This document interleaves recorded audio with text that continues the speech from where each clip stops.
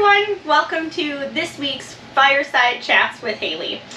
We are here at Bullion RV in Duluth, Minnesota, located off of Lake Superior, and this week I have none other than sales manager Andy Johnson with me. Say hi, give a little background.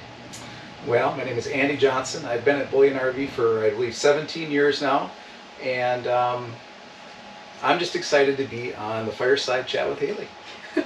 So did you start when you were like 10? No. The gray hair. Yeah, I'm sure. You have lots of knowledge. So this week we thought it would be a lot of fun to talk about travel. That's kind of the goal. Most people purchase a camper, an RV, and their goal is to travel. Now, some people have different ideas and thoughts on what they use theirs for, but you've done a lot of traveling, and I'd love to hear some of those stories, just some experience in your RV travels. Well, a lot of times what happens when it comes to RV travel is you're kind of chasing a dream, and the RV is just the vehicle you use to get there.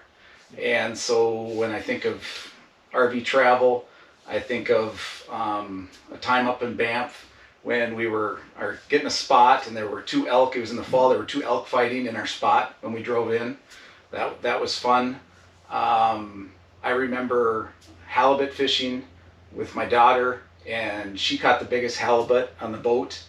And I remember carrying the cooler of halibut into the motorhome and putting it, you got ice in the cooler, and putting that in the shower and driving it to where they were going to flash freeze it for us.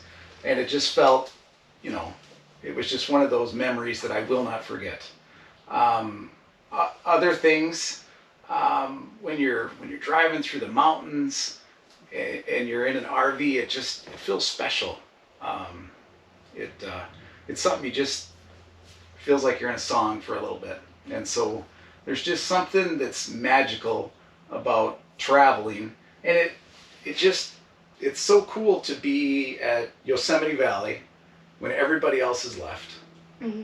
And you can walk out of your RV and look, and you can see the mountains and the canyons in the moonlight, and it just feels special. So you guys had to not fight off another camper who was in your spot, but two elk that were fighting each other. Yeah, they were disagreeing. Did you guys have to wait a long time before you could pull into your spot? Did it take a long time for them to finish that fight? No, they just kind of wrapped it up and moved on. But the thing I remember most about it was those two elk fighting in our spot made it so we bonded with the Canadians that were next to us. Yeah. And we ended up spending the whole night hanging out with these Canadians, because what happened was, and this is a little tip for RVing, your first 5 minutes when you get to your site, that's your window to make best friends with your neighbors. And so just go out and be that person you always wanted to be, and make good friends with your neighbors, because it can just make for a great experience where you kind of become instant family. That's cool. So what are some tips and advice that you can give people when they're planning a trip or deciding where to go, or what is the right RV to take? Well, the biggest advice I have for RVers is, I've been doing this for 17 years, and a lot of times people just don't make the time to book the trip. Yeah. So number one, you got to book the trip.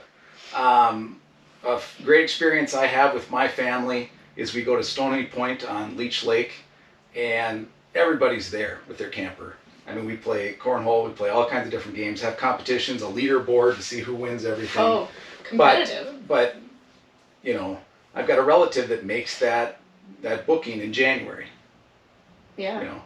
And so that's the first thing. Make that booking. So you got to figure out when you have to. For some federal campgrounds, it's the middle of the winter. And then the next thing is you've got to just make a commitment to go RVing, because if you just leave it in your driveway, it isn't going to do anybody any good. So just make a commitment to use it, and that is the key to everything, because if you just leave it in your driveway, you're never going to see those elk. Another memory I've got is we were with some friends up in Seward, Alaska, in a motorhome playing spades, and all of a sudden the whole motorhome starts shaking back and forth. Oh boy. And I mean, I really felt like it was 3 people pushing on the outside. Yeah. And my wife says, maybe that was an earthquake. And it was an earthquake. And I just could not believe how much that motorhome went back and forth from that earthquake. Yeah. We were in the coffee shop in Seward, which is in an old church. And we were listening to the locals talk about things falling off the walls. The people that were in a normal house, there was a lot of stuff coming down. In an RV, you just got the normal suspension, and so it was no big deal. Yeah. Yeah. Oh, crazy. That's got to be a really cool memory, though, that you have. Because how many people have been in an earthquake in an RV before?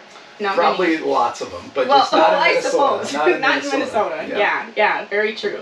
So what would you say is your absolute favorite memory within driving? Or getting to where you were there and you're like, oh, the trip is finally over, now it can really start?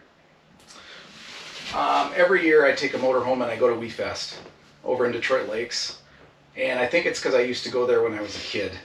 And so when I'm driving out of here in the motorhome, I mean, I don't know, I just feel free when I'm heading to WeFest, and you know, I think I pretend for a weekend that I am a kid, and I just head to WeFest, and there's a country song that kind of plays in my head as I drive into WeFest. That's just kind of takes me back to when I was a kid. Yeah, that's fun. That sounds fun. With all of the different places that you've gone, what is your favorite place? I know you say you go to WeFest every year. Is there another place that you would go again, or is your personal dream to just continue to see new places? I always want to see new places, and I think there's an order to everything. I mean, you know, if you want to see all the national parks, you know, you kind of have to start with the more basic ones and build. I was in Banff a few years ago, like I was saying, and it was so beautiful that I mean, Banff in Alaska, you know, go to a few places before you go there, because I mean, once you've been there, you've seen the top. Yeah. You know what I mean? Yeah. And so that just, I get fired up just talking about Banff in Alaska, because it's so beautiful. I remember when I started working here, customers would come back from Alaska and tell me to go to Alaska. Well, they would just tell me to move to Alaska. And so it was always my dream, after hearing all those, to get to Alaska. And I got there a couple times, and it really was special. Yeah. It really was. So you'd go again? I would go again. I have lots of people that, actually a customer of mine, a great customer of mine, told me what to do in Alaska, because they had an RV just to go to Alaska and fish. And so they had a toy hauler that had a generator in it, and that had a freezer in it. And so they would tell me, you know, where to catch sockeye salmon at, where to catch the halibut at, you know, the Hope River, rafting, that was amazing. I was scared for my life the whole time going down that river, but it was, I kind of forgot about that I got all that information from one of my customers, and I send that whenever anybody talks about Alaska, I send that out. And it just, there's something special about places like that. Yeah, that's kind of cool. You had your own almost like travel guide just through a customer. Just through a customer. It's amazing what you can find out. And that's what RVs are about. I've had lots of customers who were married to somebody, and that person was married to somebody that grew up RVing, and they wanted an RV. Yeah. A lot of times the person who doesn't think they're going to have fun in an RV, doesn't understand it, is the person who just loves it the most. Yeah. You know what I mean? Yeah. And so that's what makes it fun. Well, I am so excited to take a lot of these trips, because my journey here at Bullion RV has just kind of started. So now I'm hearing all these stories and finding all these different places that I want to take my family to go. So it's really inspirational to hear what you and your family have done. Well, I'll tell you my first, okay. Yep. Since you're dreaming about trips, I remember when I started here. Yeah. I borrowed, I think it was like a 2000 Southwind. It had a big American flag on the back of it. And I took it to Camper's Paradise in Nevis, which is out on an island with a little road out to it. And there's a great Mexican restaurant next to it in Dorset, Minnesota, just for one more tip. But when I was taking the boat to the access, I cut it too tight and bent my ladder. And so just be really careful when you start RVing to just all those things that you don't think about. Yeah. That's what can get you. So when you started thinking about, you know, your first RV experience. I remembered mine, and that was it. Yeah, a little different than parking them on the lot. Yes. Yes. Which that I can do. So if Very well. I can park them, you can park them too. It helps to have a good guide or someone who can help direct you.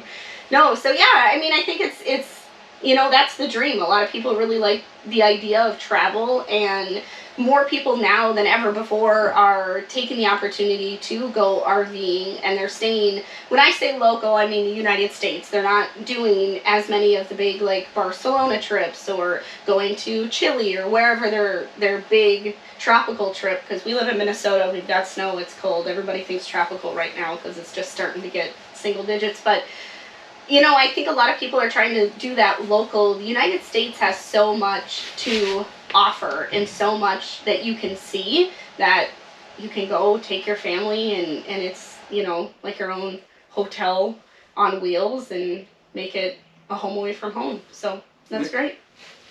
I can't stop. So that made me think of another trip. And so we went up to Lake Vermilion, and it was like 20 below at night, and we were in a motor home.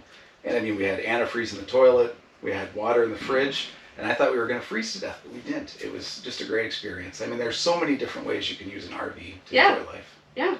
Well, and then there's fish houses. So this time of year, people go out and use fish houses and freeze their bums off out there. But they really don't freeze.